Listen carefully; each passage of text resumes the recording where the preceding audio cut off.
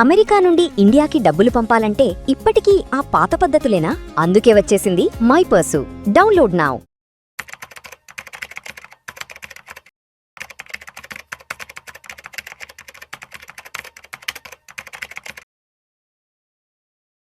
Sir నమస్తే sir. నమస్తే అండి. సార్ ఇప్పుడు మీరు ఒక ట్రేడర్గా ఉన్నారు కాబట్టి ఇంట్రాడేలో సక్సెస్ అవ్వడానికి మీరు తీసుకునే జాగ్రత్తలు ఏంటి, మీరు ఫాలో అయ్యే స్ట్రాటజీస్ ఆర్ ఫార్ములాస్ ఏంటి అసలు? సో ఫస్ట్ థింగ్ ఏంటి అంటే, మనం ఏదైనా ఒకటి అనుకున్నప్పుడు ఆ కన్ఫర్మేషన్ వచ్చే వరకు వెయిట్ చేయాలి. ఇది మోస్ట్ ఇంపార్టెంట్ పాయింట్. మీరు ఏ రూల్ ఫాలో అవుతారు ఏంటి అనేది పక్కన పెడితే, మీరు ఒక రూల్ అనుకున్నప్పుడు మీ రూల్ అనేది ఆన్ స్క్రీన్ కనిపించే వరకు వెయిట్ చేయాలి. ఇది ఫస్ట్ పాయింట్.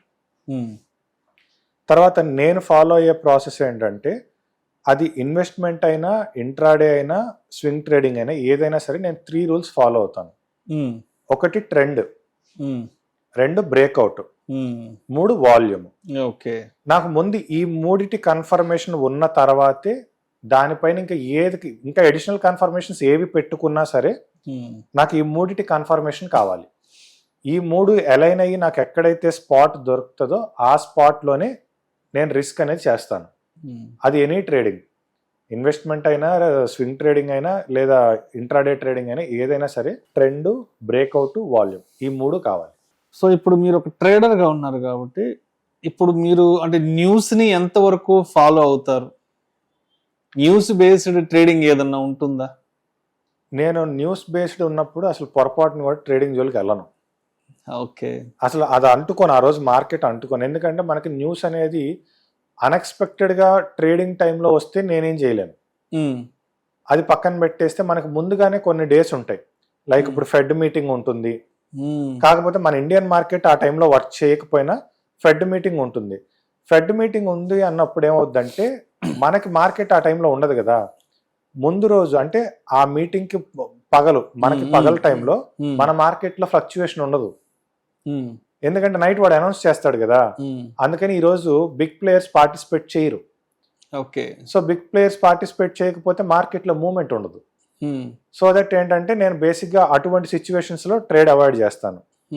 తర్వాత మనకి కొన్ని డేస్ ఉంటాయి, మనకి రెపో రేట్ పాలసీ అనో లేదా బడ్జెట్ మీటింగ్స్ అనో ఇంకా ఇట్లాంటివి ఎక్కువగా మనకు వస్తూ ఉంటాయి. కాబట్టి అటువంటి సిచ్యువేషన్స్ ఆ డేస్లో కూడా నేను ట్రేడింగ్ అనేది అవాయిడ్ చేస్తాను కంప్లీట్గా. నాకే టెక్నికల్ అనాలిసిస్ తెలుసు, నేనేమైనా చేయొచ్చు అనేది నాకు అనవసరం. నేనైతే లిటరల్గా తీసి పక్కన పెట్టేస్తాను. ఆ డేస్లో అసలు ముట్టుకోను మార్కెట్ని. ఇది నేను న్యూస్ పరంగా ఫాలో అయ్యే రూల్. అండ్ ఇప్పుడు ట్రేడింగ్కి సంబంధించి చాలామంది టైమింగ్ గురించి ఎక్కువ చెప్తుంటారు. సో 9:30 to 10 ఏదో ఇలా చేయాలి, లేదంటే 12:30 to 1 ఈ టైంలో చేయాలి, లేదంటే మార్కెట్ 3:30 క్లోజ్ అవుతుంది కదా, ఒక 15-20 minutes ఇలా చేయాలనుకుంటుంది. అంటే ఇవన్నీ నిజంగా వర్కౌట్ అవుతాయా? అంటే ఈ పర్టికులర్గా ఈ హాఫ్ అన్ అవర్లో ఏదో అద్భుతం జరిగిపోతుందని చెప్తుంటారు కదా, అది నిజంగా వర్కౌట్ అవుతుందా? అంటే ఇక్కడ 2 రకాలుగా ఉంది ఇది. సో ఇప్పుడు మీరు చెప్పినవి జనరల్ ఫిలాసఫీ ఏంటంటే, మనకి యూరోపియన్ సెషన్ ఓపెన్ అయినప్పుడు మధ్యాహ్నం యూరోపియన్ సెషన్ ఓపెన్ అవుతుంది, అప్పుడు కొంచెం వోల్టాలిటీ ఉంటుంది. తర్వాత మార్కెట్ క్లోజింగ్ టైంలో ఆబ్వియస్గా వోల్టాలిటీ ఉంటుంది, మార్కెట్ ఓపెనింగ్ టైంలో కూడా కొంత వోల్టాలిటీ అనేది ఉంటుంది. సో ఈ మధ్యలో మార్కెట్లో లంచ్ బ్రేక్ ఉంటుంది. సో జనాలు లంచ్ చేయడానికి వెళ్తారు కాబట్టి అక్కడ వాల్యూమ్ రాదు. సో ఈ కైండ్ ఆఫ్ అజంప్షన్స్ ఉంటాయి. సో అవి అన్ని సందర్భాల్లోనూ వర్కౌట్ అవ్వవు. సో మార్కెట్ అనేది మన ఇష్టం కాదు కదా, ఏ టైంలో వోలటైలిటీగా ఉంటుంది, ఏ టైంలో ఉండదు అనేది మన ఇష్టం కాదు కదా. కానీ నేను అటువంటి టైమింగ్స్ ఫాలో అవుతాను. సో అయితే నేను ఆ టైమింగ్స్ ఎలా ఫాలో అవుతాను అంటే, నేను ఆస్ట్రాలజీ పరంగా ఫాలో అవుతాను.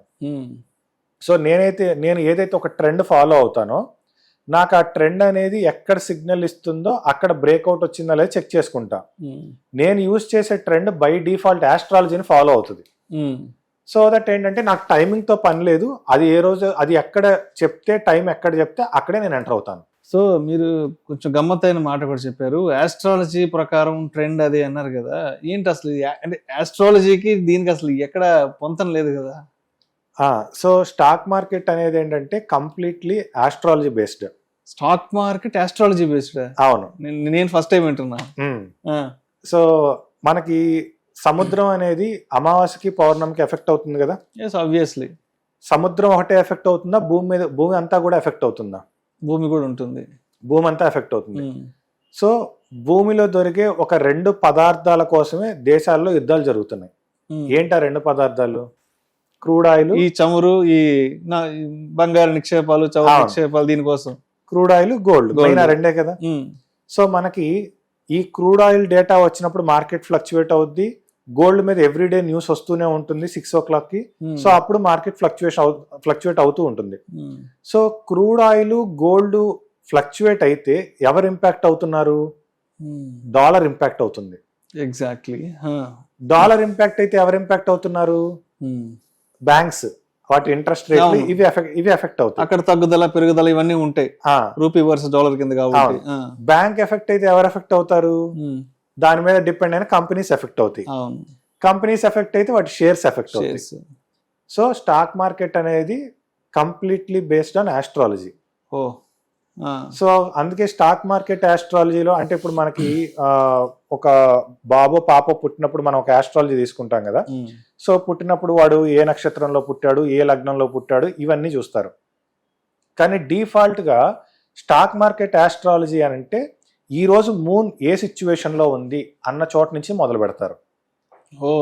ఎవ్రీడే మూన్ ఇవాళ ఏ సిచ్యువేషన్, 9 గడులు మనకున్న 12 గడుల్లో ఎక్కడ మనకి చంద్రుడు ఎక్కడ స్టార్ట్ అయ్యింది ఏంటి అని చెప్పి చూసి అక్కడి నుంచి మనకి ఆస్ట్రాలజికల్ క్యాలిక్యులేషన్స్ అనేవి జరుగుతాయి. అయితే ఇప్పుడు దీనికోసం మనం ఎటువంటి పంచాంగాలు తిరగక్కర్లేదు, ఆస్ట్రాలజీ ఇలా ఎక్కడ నేర్చుకోవాల్సిన అవసరం లేదు. సో మనకేంటంటే WD గ్యాన్ అనే అతను ఆల్రెడీ దీన్ని కంప్లీట్ గా సాల్వ్ చేసేసారు. ఎగ్జాక్ట్లీ. సో ఈ WD గ్యాన్ అనే ఆయన ఒక మ్యాథమెటికల్ ప్రొఫెసర్, ఒక స్పిరిచువల్ పర్సన్. అండ్ ఈ పర్టికులర్ అంటే మనకి ఇప్పుడు నేను యూజ్ చేసే ట్రెండ్ కూడా ఏదైతే ఉందో అది గ్యాన్ ఫిలాసఫీ నుంచి వచ్చిన ట్రెండే. అది ఆయన ఎలా డిజైన్ చేశారు అంటే మనకి ఇప్పుడు శ్రీచక్రము ఇలా ఉంటాయి కదా. సో ఈ శ్రీచక్రము ఇలాంటివి ఏంటంటే ఒక కైండ్ ఆఫ్ సింబల్స్ అవి. సో అటువంటి ఒక స్పిరిచువల్ సింబలే గ్రిడ్ ఆఫ్ లైఫ్. సో అటువంటి ఒక గ్రిడ్ ఆఫ్ లైఫ్ నుంచి ఇన్స్పైర్ అయ్యి దాని నుంచి స్టాక్ మార్కెట్ యొక్క ట్రెండ్స్ ని క్యాలిక్యులేట్ చేశారు WD గ్యాన్. సో దట్ ఏంటంటే మనకి ఆ మార్కెట్ ఎక్కడ ఎటు అంటే ఏ జంక్షన్ పాయింట్ లో మార్కెట్ బిహేవియర్ మారబోతుంది అనేది దాంట్లో క్లారిటీగా తెలుస్తుంది. ఓకే. సో అట్లా ఏంటంటే మనకి ఇంకా చెప్పాలి అంటే మన NSE అనేది పుట్టక ముందే ఇంకా కంప్యూటర్లు కూడా అప్పుడప్పుడే ఉన్న రోజుల్లోనే స్టాక్ మార్కెట్ ని కంప్లీట్ గా సాల్వ్ చేశారు WD గ్యాన్. సో ఆయన ఫిలాసఫీని బేస్ చేసుకుని నేను నా ఇంప్లిమెంటేషన్ లో నేను ఆ గ్యాన్ ఫిలాసఫీని యూజ్ చేసే ట్రెండ్ని ఐడెంటిఫై చేసుకుంటాను.